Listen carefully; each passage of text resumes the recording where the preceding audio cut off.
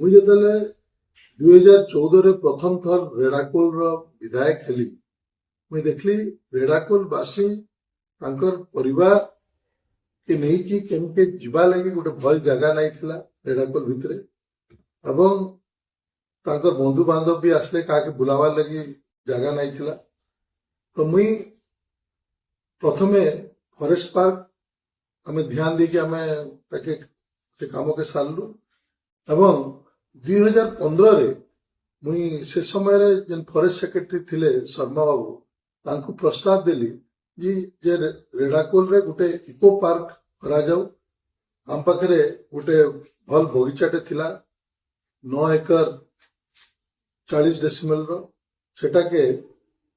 eco park लगी प्रस्ताव दिया गला एवं सेटा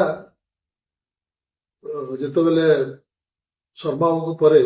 सुरेश महापात्र आसले से काम के आगे बढ़ाले तांको संगे मुई निरंतर जोगाजोग रे रही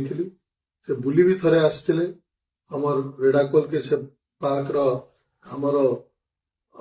ये देखवा लगी प्रोग्रेस देखवा लगी एवं तापरे मोना शर्मा के समय रे आउ जेन टिके आर्थिक व्यवस्था दरकार थिला सेटा दिया गला एवं हमर इतरे प्राय 2,76,00,000 टंका खर्च कराला एवं सेटा 2023 रे से पार्क काम सरला आउ सेटा मुई भाबुचे खाली माने ओडिशा एवं पश्चिम ओडिशा रो गोटे 1 नंबर पार्क भाबरे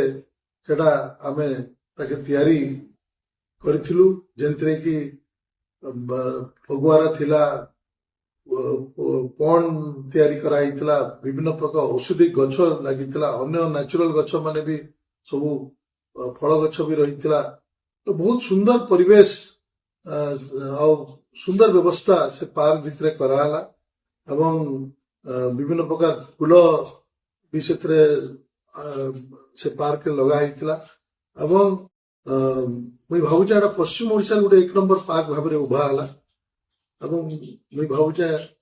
रेड़ाकोलवासी बहुत खुशी थिले से पार्क रे जाई कि मॉर्निंग वॉक करवा लगी कि ताकर सने